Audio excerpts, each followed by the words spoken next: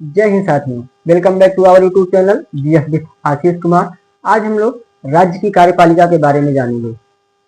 राज्य की कार्यपालिका भारतीय संविधान के भाग 6 अनुच्छेद 153 से लेकर के अनुच्छेद 167 167 तक वर्णित है। राज्य की कार्यपालिका में मुख्यतः 4 अंग होते हैं। पहला राज्यपाल, दूसरा मुख्यमंत्री, तीसरा इनकी मंत्रिपरिषद,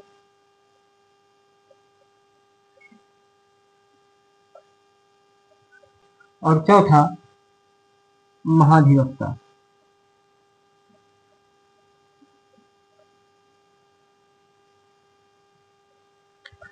आज हम लोग राज्यपाल के बारे में चर्चा करेंगे।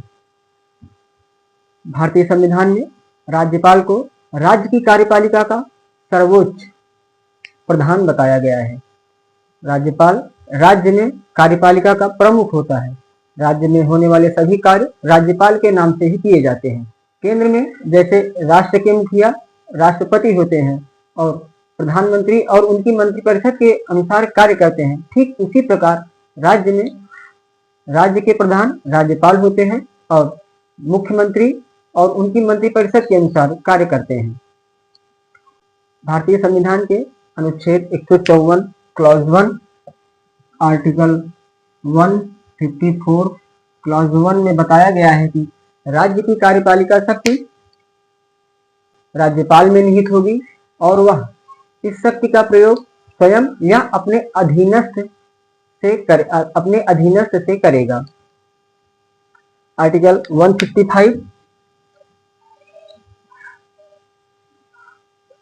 155 में बताया गया है कि राज्यपाल की नियुक्ति राष्ट्रपति करेंगे। राज्यपाल की नियुक्ति राष्ट्रपति द्वारा की जाएगी।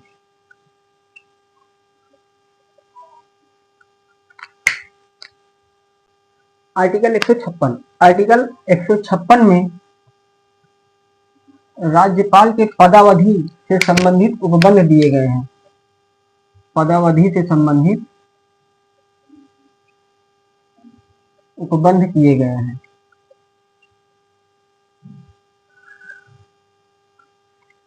आर्टिकल 157 157 में राज्यपाल नियुक्त होने की एलिजिबिलिटी अर्हताएं क्या क्या हैं ये बताई गई हैं। नियुक्ति की अर्हता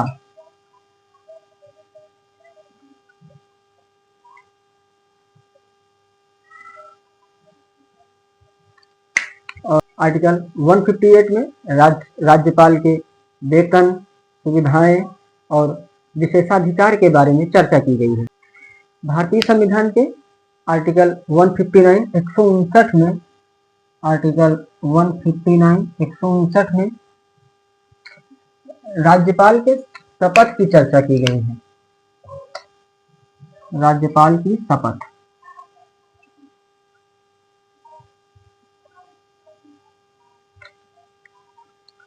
अब हम लोग आर्टिकल 160 को जानते हैं।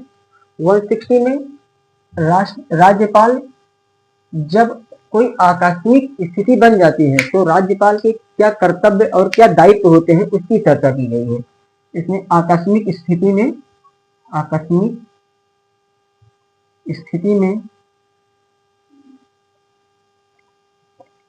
राज्यपाल के दायित्व और कार्य के बारे में चर्चा की गई है। कौन से आर्टिकल में? आर्टिकल 160 में। आइए अब हम लोग एक एक करके इन सभी अनुच्छेदों को विस्तार से जानते हैं। पहला अनुच्छेद आर्टिकल 155 जो कि राज्यपाल की नियुक्ति से संबंधित है। राज्यपाल की नियुक्ति राष्ट्रपति द्वारा की जाती है। इसका अर्थ यह नहीं है कि राष्ट्रपति जिस भी व्यक्ति को चाहे राज्यपाल के रूप में नियुक्त कर देगा। राज्यपाल की नियुक्ति से संबंधित संविधान सभा में लंबा विचार विमर्श चला था, जिसमें संविधान सभा ने अनेक देशों के राज्यपालों की पदस्थिति को विस्तार से जाना। उसके बाद भारत के राज्यपाल की पदस्थिति को निर्धारित किया। जैसे कि और ऑस्ट्रेलिया में राज्यपाल जनता द्वारा प्रत्यक्ष रूप से चुने जाते हैं। वहीं कनाडा में राज्यपाल की नियुक्ति केंद्र द्वारा की जाती है।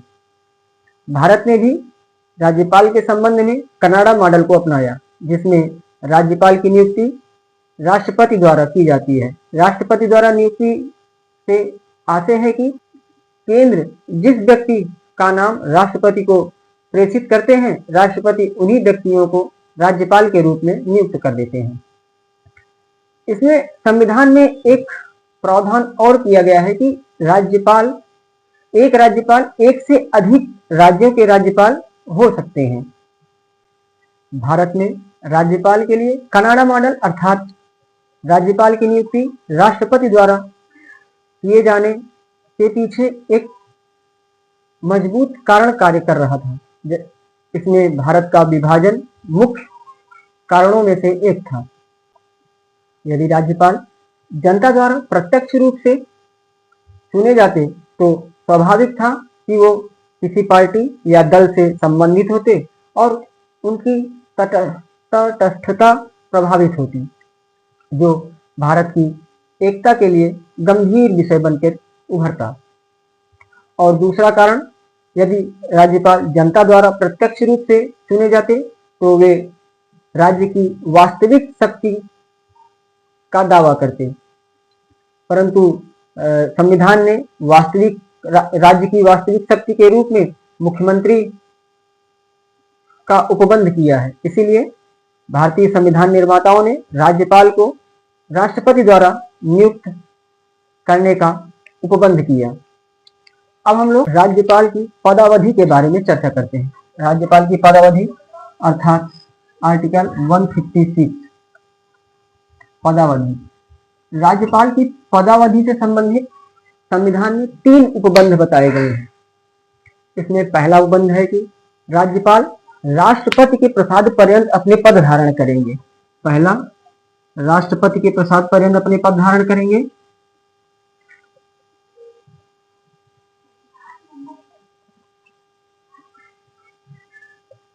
अपने पद धारण करेंगे। और दूसरा उपबंध है कि राज्यपाल राष्ट्रपति को अपने संबोधन सहित त्यागपत्र देंगे। यदि राज्यपाल अपना त्यागपत्र देना चाहते हैं तो अपने संबोधन और हस्ताक्षर सहित वह अपना त्यागपत्र राष्ट्रपति को सौंप सकते हैं। और इसमें तीसरा उपबंध है कि दूसरा उपबंध त्यागपत्र राष्ट्रपति को, और इसमें तीसरा उपबंध है कि इन दोनों उपबंधों के होने के बाद, जैसे उपबंध 1 और उपबंध 2 के होने के बाद तीसरा उपबंध है कि राज्यपाल 5 वर्षों तक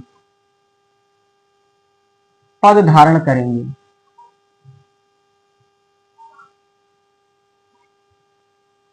यदि राज्यपाल अपना त्यागपत्र नहीं देते हैं और राष्ट्रपति उनको उनके पद से नहीं हटाते हैं तो राज्यपाल सामान्यतः 5 वर्षों तक अपने पद पर बने रहेंगे। आइए अब हम लोग राज्यपाल बनने की अर्हता अर्थात एलिजिबिलिटीज के बारे में जानते हैं। आर्टिकल 157 में 2 उपबंध बताए गए हैं।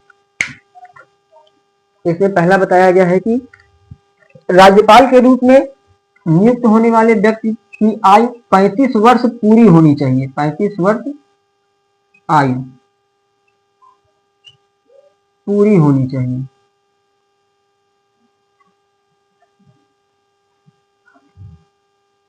और दूसरा यह बताया गया है कि वह भारत का नागरिक होना चाहिए। भारत का नागरिक।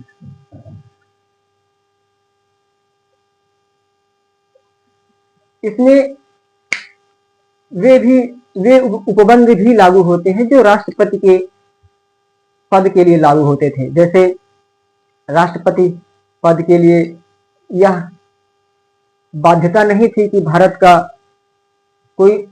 का नागरिक जन्म से ही होना चाहिए। नागरिकता अर्जित करने वाला व्यक्ति भी भारत का राज्यपाल या किसी राज्य का राज्यपाल बन सकता है।